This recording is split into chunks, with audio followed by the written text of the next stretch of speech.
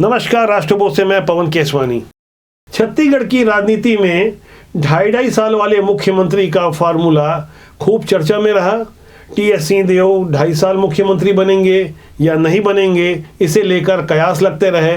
लेकिन अब जब चुनाव नज़दीक है और गृह मंत्री अमित शाह का दौरा छत्तीसगढ़ में है, उस दौरे के एक हफ्ता पहले एक बार फिर ऑपरेशन लोटस की चर्चा शुरू हो गई है। ये चर्चा किसी और को लेकर नहीं बल्कि मंत्री टीएस सिंहदेव को लेकर के है। मंत्री टीएस सिंहदेव का बयान भी सामने आया है। सरगुजा में कांग्रेस के कार्यकर्ता सम्मेलन के दौरान जय और वीरू वाली वो पुरानी जोड़ी भी नजर आई। सीएम भूपेश बघेल के साथ टीएस सिंहदेव की यह तस्वीर सुर्खियों में रही। कांग्रेस जन इसे देखकर खुश हो रहे थे। लेकिन अब जो ऑपरेशन लोटस की बात शुरू हुई है, उसे सुनने के बाद ऐसे लगता है कि राजनीति में कुछ भी संभव है। हालांकि मंत्री टीएस सिंहदेव ने स्पष्ट रूप से मना कर दिया है कि मैं कांग्रेस छोड़ के कहीं नहीं जाऊंगा, और उन्होंने स्वीकार भी किया है उन्हें ऑफर आए थे। ऑफर किसकी ओर से आए थे, इस पर हम आगे खुलासा करेंगे। फिलहाल आप मंत्री जी के उस बयान को सुनिए, जिसे लेकर कांग्रेस अध्यक्ष मोहन मरकाम ने भी अपना स्पष्टीकरण दिया है।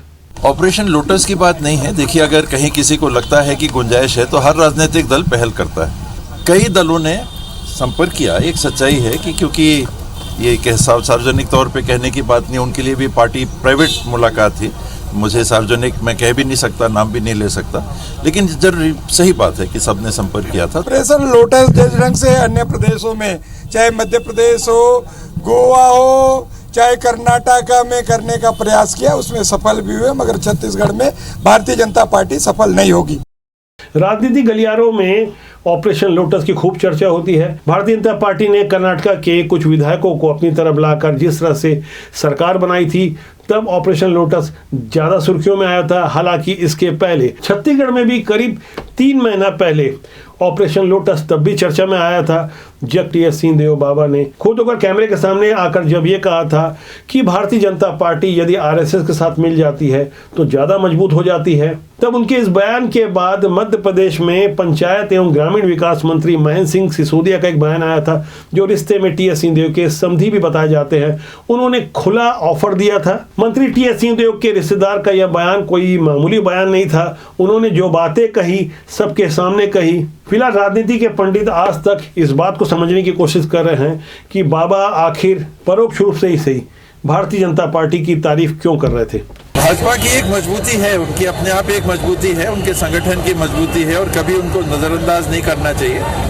मैं पिछले 45-50 साल से राजनीति को दूर से पास से देख रहा हूँ। तो आरएसएस के होने के कारण भाजपा को कभी भी कम नहीं आंकना चाहिए। अकेले भाजपा शायद उतनी शक्तिशाली ना हो, लेकिन आरएसएस प्लस भाजपा, इनको कम कभी नहीं आंकना चाहिए।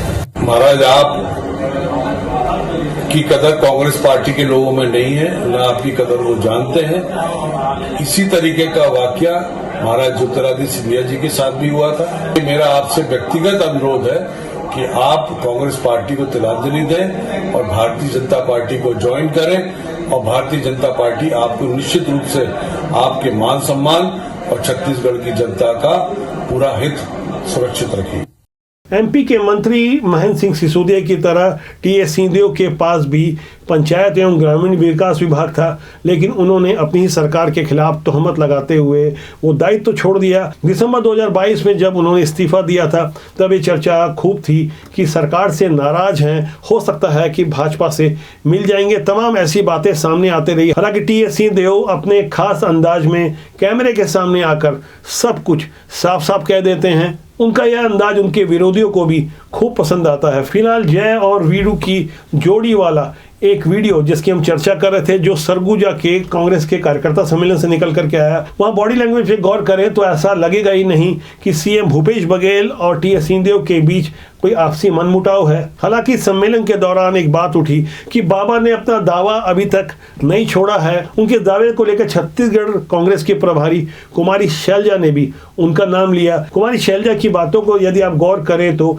सीएम भूपेश बघेल के अलावा उन्होंने सिर्फ एक मंत्री का नाम लिया, और वो मंत्री थे टीएस सिंहदेव। इन्हें लेकर वो आश्वस्त नजर आई, और बाबा भी बता रहे थे कि हम 95% लोगों से सुन चुके हैं कि प्रदेश में कांग्रेस की सरकार आएगी। आखिर बाबा ने जो भविष्यवाणी की, उसे समझने के लिए उन बयानों पर आप गौर करें। मुख्यमंत्री जी और टीएस जी और सभी साथी ज्यादा टारगेट रख रहे हैं और इसी तरह से मेहनत होती रहेगी तो हम ज़रूर उस टारगेट को पार करेंगे। 95% लोग कह रहे हैं कि कांग्रेस की सरकार आएगी। सामान्य रूप से जो चर्चा होती है, आप लोग से बात होती है और लोगों से बात होती है, तो लोगों का ये है कि नहीं, बीजेपी कमजोर दिख रही है, कुछ कर नहीं पा रही है, दम नहीं दिख रहा है, सरकार कांग्रेस की आएगी, ऐसी चर्चा सामान्य रूप से। हम लोग तो साथ ही काम कर रहे हैं, 19-20 कहीं है, उसको हम लोग दोनों की जिम्मेदारी है कि ठीक होना चाहिए। आपके घर में यदि 4 बच्चे हैं तो कोई नाराज रहता है, कोई खुश रहता है, तो सबको साथ में लेकर चलना, यही एक परिवार है। और पार्टी भी इसी प्रकार से, कांग्रेस भी एक परिवार है जिसमें सब लोगों को लेकर चलना है।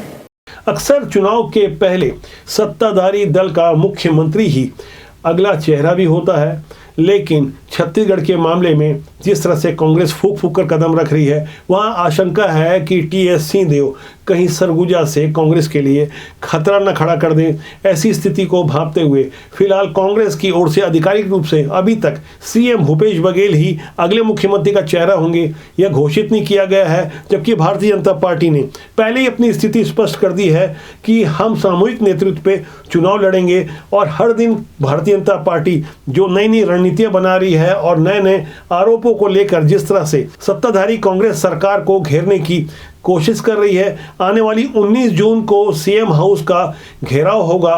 घेराव का मुद्दा भी युवाओं से जुड़ा हुआ है और इस घेराव के 3 दिन बाद केंद्रीय गृह मंत्री अमित शाह का भी दुर्ग आना होगा।